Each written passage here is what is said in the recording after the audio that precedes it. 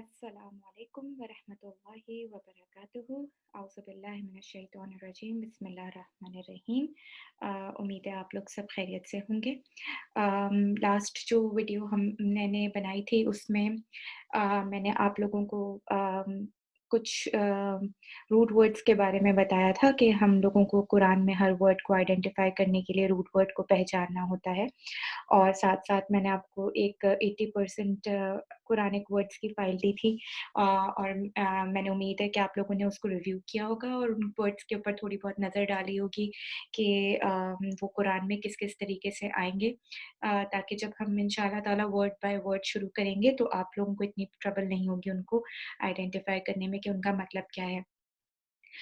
जहाँ तक root words की बात थी, मुझसे लोग पूछ रहे थे कि हमें सारे रूट वर्ड्स याद करने हैं और क्या? तो हमें एकदम से सारे रूट वर्ड्स नहीं याद करने होते। हम अब जैसे-जैसे कुरान की अल्हम्दुलिल्लाह ख़ासियत ये है कि जब हम थोड़ा-थोड़ा, थोड़ा-थोड़ा करके पढ़ना शुरू करते हैं, तो अल्हम्दुलिल्लाह वो खुद ब खुद जो है आपको आसानी याद होना शुरू हो जाता है। हम लोगों ने जिस तरीके से किया था, हम लोग पारी के एंड में रूट वर्ड्स का एग्ज़ाम दिया करते थे। तो उससे ये होता था कि हर पारे के साथ-साथ रूट वर्ड्स याद होते चले जाते थे। फिर आगे-आगे जैसे-जैसे पारे जाते थे, तो बहुत सारे रूट वर्ड्स रिपीट होते थे। तो याद करना भी ज़रूरी होता है क्योंकि आपको उसके मायने उसी के हिसाब से पता चल जाते हैं और जैसा कि मैंने बताया कि फिर वो अपनी फ़ॉर्म्स चेंज करता रहता है। तो जो आपके ऊपर है कि आप उसको एंड में याद करना चाहते हैं कि नहीं चाहते या बगैर उसके ही आपको खुद ही ध्यान में आ जाएगा कि इसका क्या है मीनिंग वर्ड का। तो अब मैं आपको ये बताना चाह रही हूँ कि जब हम कोई भी कुरान का सेंटेंस पढ़ेंगे, तो एक तो रूट वर्ड हमने आइडेंटिफ़ाई किया, फिर हमने ये जो बीच-बीच में लफ्ज़ आएँगे मा, हिया, ज़ालिक इस तरीके के ऐना जो मैंने इन्ना इस तरीके के वर्ड्स आएँगे।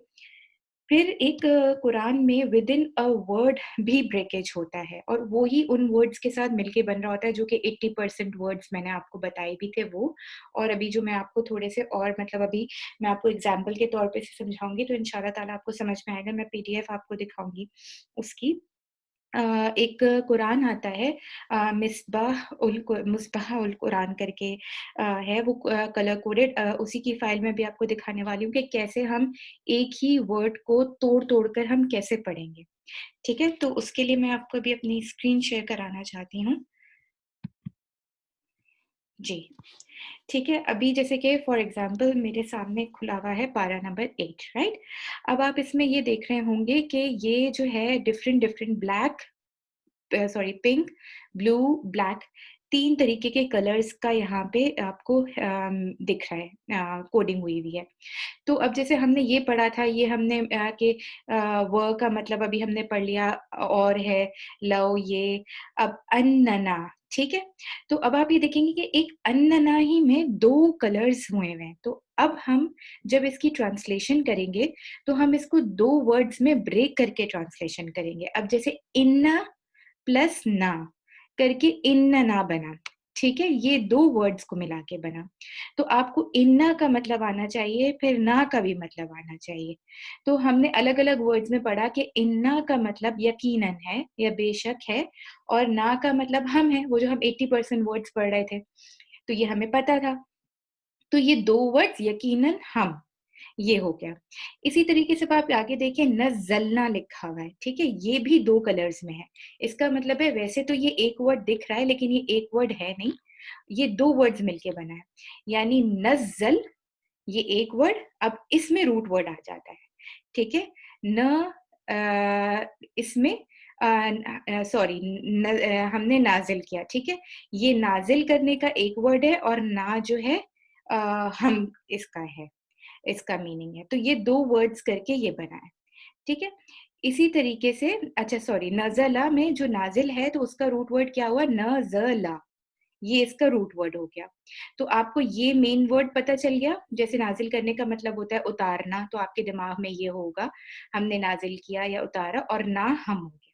तो ये देख रहे हैं आप कि ये किस तरीके से डिफरेंट वर्ड्स को मिलाकर एक वर्ड बना है। इसी तरीके से आगे आ जाइए, इलैहिम अब इलई का भी तरफ इलई का मतलब हमने पढ़ा पहले 80% में कि जैसे तरफ है उसका मतलब और हिम का मतलब हमने पढ़ा उनकी, अब ये वर्ड्स हमें पहले से अगर याद होंगे, तो हम जब उनकी ट्रांसलेशन कर रहे होंगे, तो उसको हम खुद ब खुद दिमाग में इलैहिम उनकी तरफ कर लेंगे, ठीक है? अब उनकी कहने का ये है तो पीछे, लेकिन हम पढ़ उनकी तरफ रहे हैं उसको। समझ रहे हैं आप लोग कि कैसे 2 वर्ड्स को हम ब्रेक करके ट्रांसलेट कर रहे हैं। इलई तरफ, हुम उनकी। और अगर हम नाज़िल करते उनकी तरफ अल मलाइका फरिश्ते, तो ये एक सेंटेंस हो गया, ठीक है? अब अगर आगे बढ़े हम, व अलग है, कल्लम तो कलाम करने से है, कलमा जैसे अब इसका रूट वर्ड है कलमा, यानी कलाम करना, बात करना। हुम उनकी, फिर अल मौता, तो अल मौता तो एक ही है, इसका मतलब है मुर्दे। व हशरना, व और हशर, इसका रूट वर्ड है इकट्ठा करना। जैसे यौम हशर कहते हैं ना, जिस दिन कयामत होगी, इकट्ठा करना, तो ये इकट्ठा करना ना यहाँ हम। तो अब जब आप इसकी ट्रांसलेशन करेंगे, व और हम इकट्ठा करेंगे। अब आपको खुद एनालाइज़ करना होगा, आप ये नहीं करेंगे आप ट्रांसलेट करते हुए कि आप बोले सीक्वेंस में ही आप इसको लिखेंगे कि व और इकट्ठा करेंगे, इकट्ठा और ना हम। कहने को तो वो बात भी ठीक होगी, लेकिन जैसे जब आप पूरा एक साथ पढ़ रहे होंगे, तो आप उसको ये बोलेंगे और हम इकट्ठा करेंगे अलैहिम, उन पर। अब कहने को ये पर उन है, तो अब आप उसको एग्ज़ैक्ट सीक्वेंस में नहीं ट्रांसलेट करेंगे। आप अलैहिम का आपको पूरा मीनिंग खुद ही समझ में आ जाएगा, उन पर है। क्योंकि आपको पता है अलै का मतलब पर है, हुम का मतलब उन है। तो इसका मतलब हो गया उन पर। कुल्ला हर शैउन चीज़। अब इनकी ज़ाहिर-सी बात है कोई अलग-अलग सी ब्रेकेज नहीं हुई है। कुबुला सामने, फिर माँ का मतलब आपको पता है नहीं, कानू का काना कब हमने मतलब उसी में 80% में पढ़ा था थे, और ये वाव और अलिफ का मतलब होता है वो, ठीक है? अच्छा ये और ये जो वाव अलिफ है, ये सब आपको ये डिनोट बता रहा होगा कि ये प्लूरल की बात हो रही है, सबके ईमान लाते हैं। ठीक है? युमिनु अगर है, तो यहाँ पे आपने आइडेंटिफ़ाई किया कि ये एक्चुअल वर्ड है क्या? तो आपने देखा कि अमना इसका रूट वर्ड है और उसका मतलब होता है ईमान लाना। वाव और अलिफ का मतलब है सब यानी प्लूरल, और काना थे, और थे वो सब के सब ईमान लाते। ठीक है? तो ये सीक्वेंस आपको ना खुद ही वर्ड को पढ़ते-पढ़ते बिल्ड करना टाइम के साथ-साथ आती रहेगी, लेकिन आपको वर्ड के विदिन ब्रेक करके मीनिंग करना सीखना पड़ेगा, ठीक है? यशा अल्लाहु, फिर अल्लाह ताला चाहता, व अलग है, लाकिन अलग है, अक्सर अलग है, हुम अलग है, यजहलून में जहला इसका रूट वर्ड था, और वाव और नून ये क्या बता रहा है कि ये प्लूरल की बात हो रही है। सब जहालत का काम लेते थे। तो ये जो आई होप आपको ये चीज़ समझ में आई होगी। जो कोई अगर ये वीडियो देख रहा है और किसी को है कि ये बात समझ में नहीं आ रही है और you want me to explain more, तो कमेंट्स में आप लिख सकते हैं, तो मैं इसके ऊपर एक और 1-2 दफ़ा और भी समझाने के लिए वो कर सकती हूँ। वैसे तो ये बहुत आसान है कि आपको हर वर्ड को ब्रेक कर के, अब जैसे फ़ज़रहुम है, तो फ़ का मतलब बस है, ज़र का मतलब छोड़ दो है, हुम का मतलब इन्हें है। तो फ़ज़रहुम आपको दिख तो एक बॉक्स में रहा होगा, लेकिन उसके 3 तरीके से 3 पार्ट्स में उसकी उसकी मीनिंग की गई है तोड़कर। तो ये एक तो मैं आपको बताना चाह रही थी कि किस तरीके से वर्ड्स के विदिन ब्रेक करके हमें तर्जुमा करना होगा, ठीक है? तो आई होप आप लोगों को ये समझ में आया होगा। ये वाली जो मिस्बाहुल कुरान करके जो ये कुरान की जो बुक है, ट्रांसलेशन है, ये इसकी पीडीएफ मैं आप लोगों को शेयर करा दूँगी, और साथ-साथ जो है इसकी एप्लीकेशंस भी अवेलेबल हैं। वो भी मैं आप लोगों को शेयर करा दूँगी गूगल पे और क्रोम यानी गूगल प्ले पे और एप्पल स्टोर पे इसकी रखी हुई हैं एप्लीकेशन। ये शुरू-शुरू में बहुत फ़ायदा देती है, बाद में ज़ाहिर है आपको आ जाता है, तो आप वर्ड बाय वर्ड करने लगते हैं, और इंशाल्लाह ताला जो एडवांस होते हैं, फिर उनको वर्ड बाय वर्ड भी नहीं देखना पड़ता, वो सिर्फ़ अरबिक से ही कुरान पढ़ लेते हैं। तो ये एक बात जो मैंने मिसबाहुल कुरान के बारे में बतानी थी कि ये breakage within the word and within the sentence आप लोग करना सीख लें। फिर हम इंशाल्लाह ताला लेसन स्टार्ट करेंगे तो परेशानी नहीं होगी। जो लोग ये जो मैं ऑडियोज़ भेज रही हूँ, अगर आप लोग वो फ़ॉलो कर रहे हैं, तो उन लोगों के लिए मेरा मशवरा था कि किस तरीके से इस चीज़ को प्रोसीड करना है कि जब आप पढ़ना शुरू करें तो जिस वक़्त मैं लेसन आपको ऑडियो का सेंड करूँ और नेक्स्ट लेसन तक में जो पिछली बार पढ़ा हो उसको रिवाइज़ करना बहुत ज़रूरी होता है। बगैर रिविज़न के कोई भी बात इंसान के ज़हन में नहीं रहती है। तो अगर वर्ड बाय वर्ड किया है तो वर्ड बाय वर्ड को हमें अपनी क्लास में 7 टाइम्स याद कराया जाता था। और फिर जाकर हमें डायरेक्ट मुसहफ से कुरान वर्ड बाय वर्ड की ट्रांसलेशन कराई जाती थी, तो जाके वो आया करता था। तो अगर आप लोग बहुत इखलास के साथ सीखना चाह रहे हैं, मेहनत करना चाह रहे हैं, तो आप हर वर्ड बाय वर्ड को 7-7 टाइम्स याद करें और जब आप उसकी प्रैक्टिस करें बाद में, तो आप वर्ड बाय वर्ड कुरान खोलकर नहीं करें, आप मुसहफ से करें। और फिर आप देखें कि आपसे सेंटेंस बिल्ड हो रहा है कि नहीं। अगर नहीं हो रहा है इसका मतलब है आपको मज़ीद याद करने की ज़रूरत है। और जब कभी आप नॉर्मल कुरान भी पढ़ रहे हों, तो आप वर्ड बाय वर्ड से नहीं पढ़ें। आपको मैं मशवरा ये दूँगी आप हमेशा मुसहफ से अपनी कुरान की डेली रिसाइटेशन करें, क्योंकि जब आपके सामने वर्ड बाय वर्ड खुला होता है तो आपकी बार-बार नज़र उसके अलग-अलग तर्जुमे पे भी कभी-कभी पड़ती है, तो आप खुद से नहीं अपने आप को चैलेंज कर रहे होते। आप देख रहे होते ठीक है, वो भी आपकी फोटोग्राफिक मेमोरी में जा रहा होता है और आपको याद हो रहा होता है, लेकिन मसहफ से रीड करने में वो जो आपको प्रैक्टिस होगी अ, वो आप मतलब डेली रिसाइटेशन मेरा मशवरा ये है कि वो आप अपने उसी से करें, वो वर्ड बाय वर्ड से नहीं करें। प्रैक्टिस के लिए वर्ड बाय वर्ड रखें और अपने आप को टेस्ट करने के लिए मसहफ रखें। फिर जो तजवीद के भी सॉरी वर्ड बाय वर्ड की मैंने आपसे बात कर ली। फिर जो मैं तफ़सीर का मैं डिस्क्रिप्शन की ऑडियो भेजूँगी, उसके लिए भी मैं ये कहना चाह रही थी कि मैं बहुत फ़ास्ट ही चलूँगी क्योंकि हम बहुत डिटेल से तफ़सीर नहीं कर रहे। जो लोग बहुत डिटेल से तफ़सीर करना चाहते हैं, उनके लिए जो है मैं एक चीज़ जो रिकमेंड करूँगी वो है आपका अम अल हुदा की जो वेबसाइट है, आप उसके ऊपर अगर चले जाएँगे, तो आपको यहाँ पे ऑडियोज़ में कुरान में जाकर ट्रांसलेशन एंड तफ़सीर में जब आप चले जाएँगे, तो यहाँ पे आपको उर्दू में डिटेल्ड के सेक्शन में अब आप जाएँगे, फिर उस्ताज़ा फ़रहत हाशमी के उसमें जाके 2005 या 2007 के इसमें आप क्लिक करेंगे जब, तो आपको इनकी सारी ऑडियोज़ तमाम पारों के हिसाब से अ, यहाँ पे I don't know why it's taking time हाँ, ये आपको सारे लेसन्स आपको मिलेंगे सूरह फ़ातिहा से पूरे पारे तक।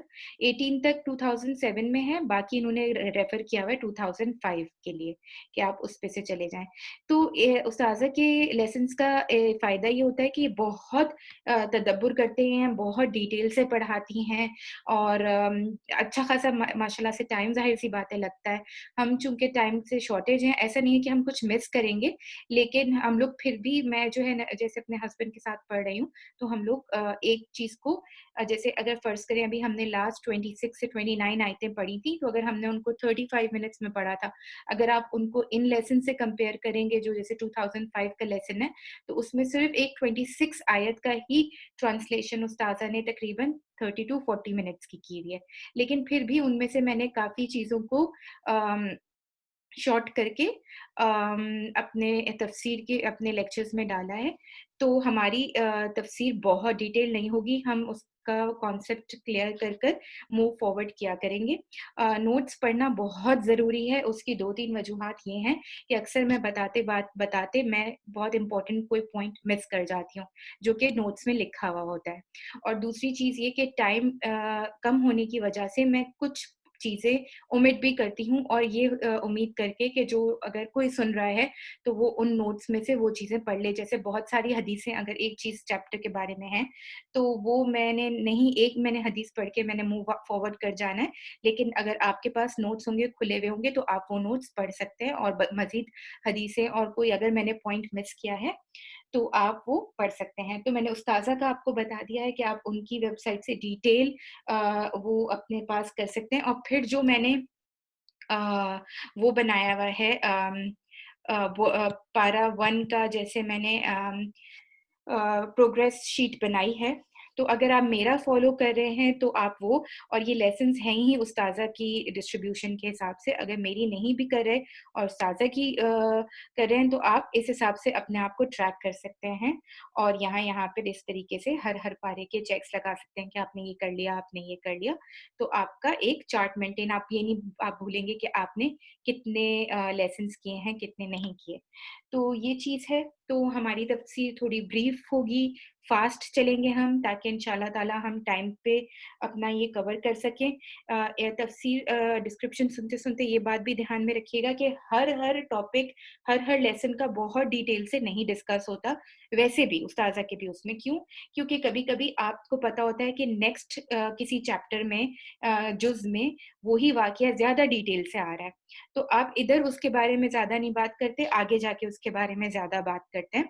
तो इसी तरीके से लेसन्स में तफ़सीर डिवाइड हुई हुई होती है, तो अगर फ़र्ज़ करें कोई एक आयत आई, उसमें आपको एक वो बात नहीं ज़्यादा समझ में आई, तो इंशाअल्लाह ताला कुरान में चीज़ें रिपीट होती रहती हैं। आप आगे चलेंगे तो आप उसके बारे में आपने फ़र्ज़ करें अहद अलस्त के बारे में अभी किसी तफ़सीर में सुना और आपको नहीं पता अहद अलस्त क्या है, तो इंशाअल्लाह ताला आगे जब वो आयत आएगी, तो आप उसके बारे में भी जान लेंगे।